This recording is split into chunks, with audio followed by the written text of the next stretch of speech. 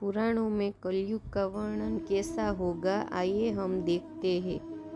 चौथा, वे लूट खसोट कर अपनी प्रजा का खून चूसेंगे। जब ऐसा शासन होगा तो देश की प्रजा में भी वैसा ही स्वभाव, आचरण, भाषण की वृद्धि हो जाएगी। राजा लोग तो उनका शोषण ही करेंगे, आपस में वे भी एक दूसरे को उत्पीड़ित करेंगे, सबके सब नष्ट हो जाएंगे।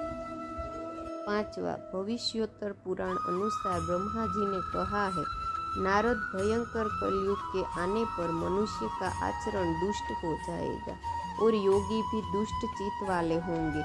संसार में परस्पर विरोध फैल जाएगा, द्विज दुष्ट कर्म करने वाले होंगे और विशेषकर राजाओं में चरित्रहीनता आ जाएगी। देश देश और गांव गांव में कष्ट बढ़ जाएंगे, संत जन दुखी होंगे। अपने धर्म को छोड़कर लोग दूसरे धर्म का आश्रय लेंगे। देवताओं का देवत्व भी नष्ट हो जाएगा और उनका आशीर्वाद भी नहीं रहेगा। मनुष्य की बुद्धि धर्म से विपरीत हो जाएगी और पृथ्वी पर मलेच्छकों के राज्य का विस्तार हो जाएगा। छठा, महर्षि व्यास जी के अनुसार कलयुग में मनुष्यों में वर्ण और आश्रम संबंधी प्रवृत्ति नहीं होगी। वेदों का पालन कोई नहीं करेगा। कलयुग में विवाह को धर्म नहीं माना जाएगा। शिष्य गुरु के अधीन नहीं रहेंगे। पुत्र भी अपने धर्म का पालन नहीं करेंगे। कोई किसी कुल में पैदा ही क्यों न हुआ हो, बलवान होगा वही कलयुग में सबका स्वामी होगा। सभी वर्णों के लोग कन्या बेचकर निर्वाह करेंगे। कलयुग में जो भी किसी का वचन होगा वही शास्त्र माना जाएगा। सातवां, कलयुग में थोड़े से धन से मनुष्यों में बड़ा घमंड होगा। स्त्रियों को अपने केशों पर ही रूपवती होने का गर्व होगा। कलयुग में स्त्रियां धनहीन पति को त्याग देगी। उस समय धनवान पुरुष ही स्त्रियों का स्वामी होगा। जो अधिक देगा उसे ही मनुष्य अपना स्वामी मानेंगे। उस समय लोग प्रभुता के ही कारण संबंध रखेंगे। आठवां, द्रव्य राशि घर बनाने में ही समाप्त हो जाएगी। इससे दान पुण्य के काम नहीं होंगे और बुद्धि धन के संग्रह में ही लगी रहेगी। सारा धन उपभोग में ही समाप्त हो जाएगा। कलयुग की स्त्रियां अपनी इच्छा के अनुसार आचरण करेगी। हाव भाव विलास में ही अपना उसका मन लगा रहेगा। अन्याय से धन पैदा करने वाले पुरुषों में उनकी आसक्ति होगी। कलयुग में सब लोग सदा सबके लिए समानता का दावा ही करेंगे। नवमा, कलयुग की प्रजा बाढ़ और सूखे के भय से व्याकुल रहेगी। सबके नेत्र आकाश की ओर लगे रहेंगे। वर्षा न होने से मनुष्य तपस्वी लोगों की तरह फल मूल व पत्ते खाकर और कितने ही आत्मघात कर लेंगे। कलयुग में सदा अकाल ही पड़ता रहेगा। सब लोग हमेशा किसी न किसी कलौस्य से घिर रहेंगे। किसी न किसी तो थोड़ा सुख भी मिल जाएगा। सब लोग बिना स्नान करे ही भोजन करेंगे। देव पूजा, अतिथि सत्कार, श्राद्ध और तर्पण की क्रिया कोई नहीं करेगा। कलयुग की स्त्रियां लोभी, नाटी, अधिक खाने वाली और मंद भाग्य वाली होगी।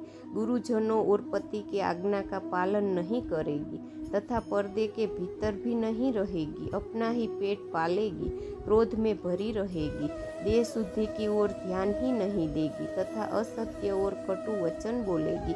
इतना ही नहीं, वे दुराचारी पुरुषों से मिलने की अभिलाषा भी करेगी।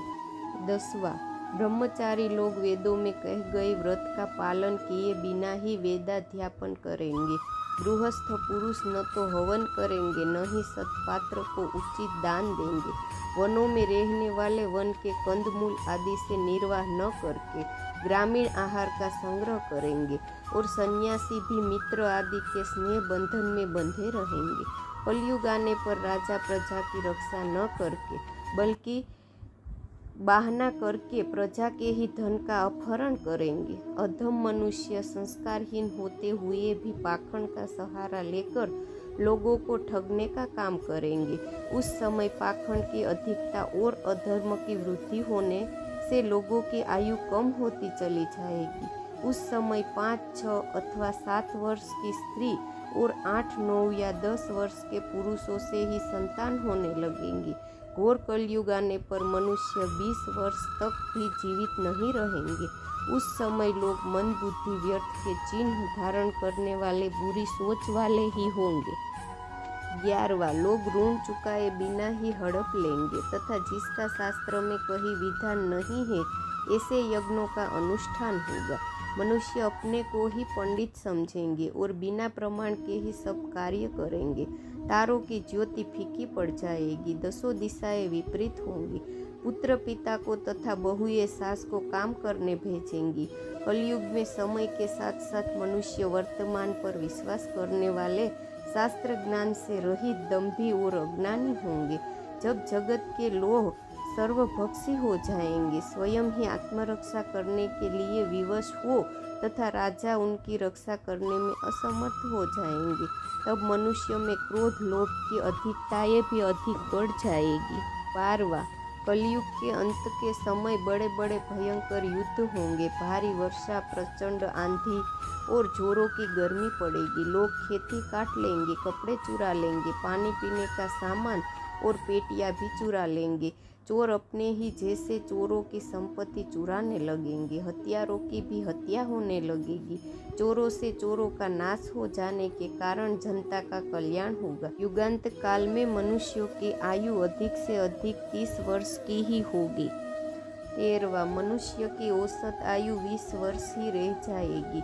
5 वर्ष की उम्र में स्त्री गर्भवती हो जाया करेगी। 16 वर्ष में लोग वृद्ध हो जाएंगे और 20 वर्ष में मृत्यु को प्राप्त हो जाएंगे। इंसान का शरीर घटकर बोना हो जाएगा। ब्रह्म व्यवहर्त पुराण में बताया गया है कि कलयुग में ऐसा समय भी आएगा जब इंसान की उम्र बहुत कम रह जाएगी, युवावस्था समाप्त हो जाएगी। कली के प्रभाव से प्राणियों के शरीर छोटे छोटे, क्षीण और रोगग्रस्त होने लगेंगे।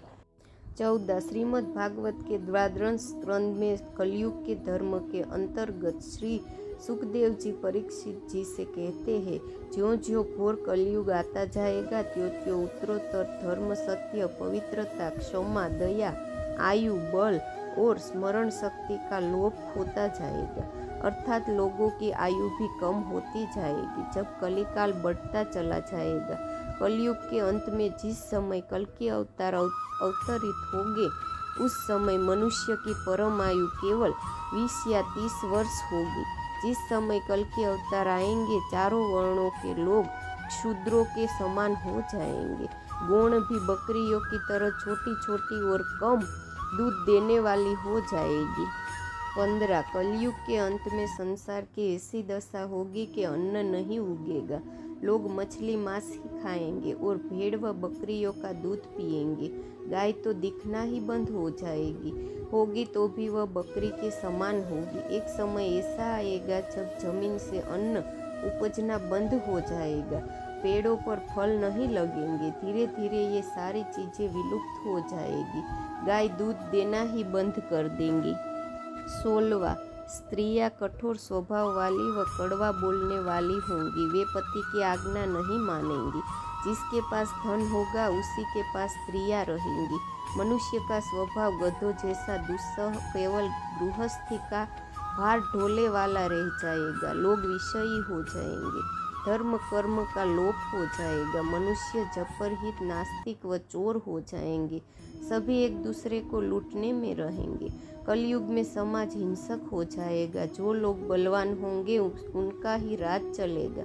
मानवता नष्ट हो जाएंगी, रिश्ते खत्म हो जाएंगे। एक भाई दूसरे भाई का ही शत्रु हो जाएगा। जुआ, शराब, परस्त्री ग्रमण और हिंसा ही धर्म होगा।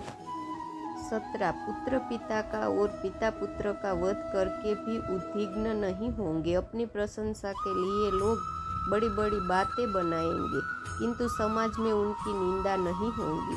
उस समय सारा जगत म्लेच्छ हो जाएगा, इसमें संशय नहीं है। एक हाथ दूसरे हाथ को लूटेगा। कलयुग में जो लोग शास्त्रों से विमुख हो जाएंगे, अनैतिक साहित्य की लोगों की पसंद हो जाएगी। बुरी बातें और बुरे शब्दों का ही व्यवहार किया जाएगा। स्त्री और पुरुष दोनों ही अधर्मी हो जाएंगे। स्त्रियां पतिव्रत धर्म का पालन करना ही बंद कर देगी और पुरुष भी ऐसा ही करेंगे। स्त्री और पुरुषों से संबंधित सभी वैदिक नियम भी विलुप्त हो जाएंगे। अंत में इस घोर कलिकाल से बचने का एकमात्र तरीका यह है कि व्यक्ति को वेदों की ओर लौट आना चाहिए और हर समय हरि कीर्तन करके खुद को सुरक्षित रखना चाहिए। जो व्यक्ति धर्म से विमुख होकर रहेगा वह कभी भी अकाल मौत को प्राप्त होगा या हर समय दुखी और संकटों से घिरा रहेगा।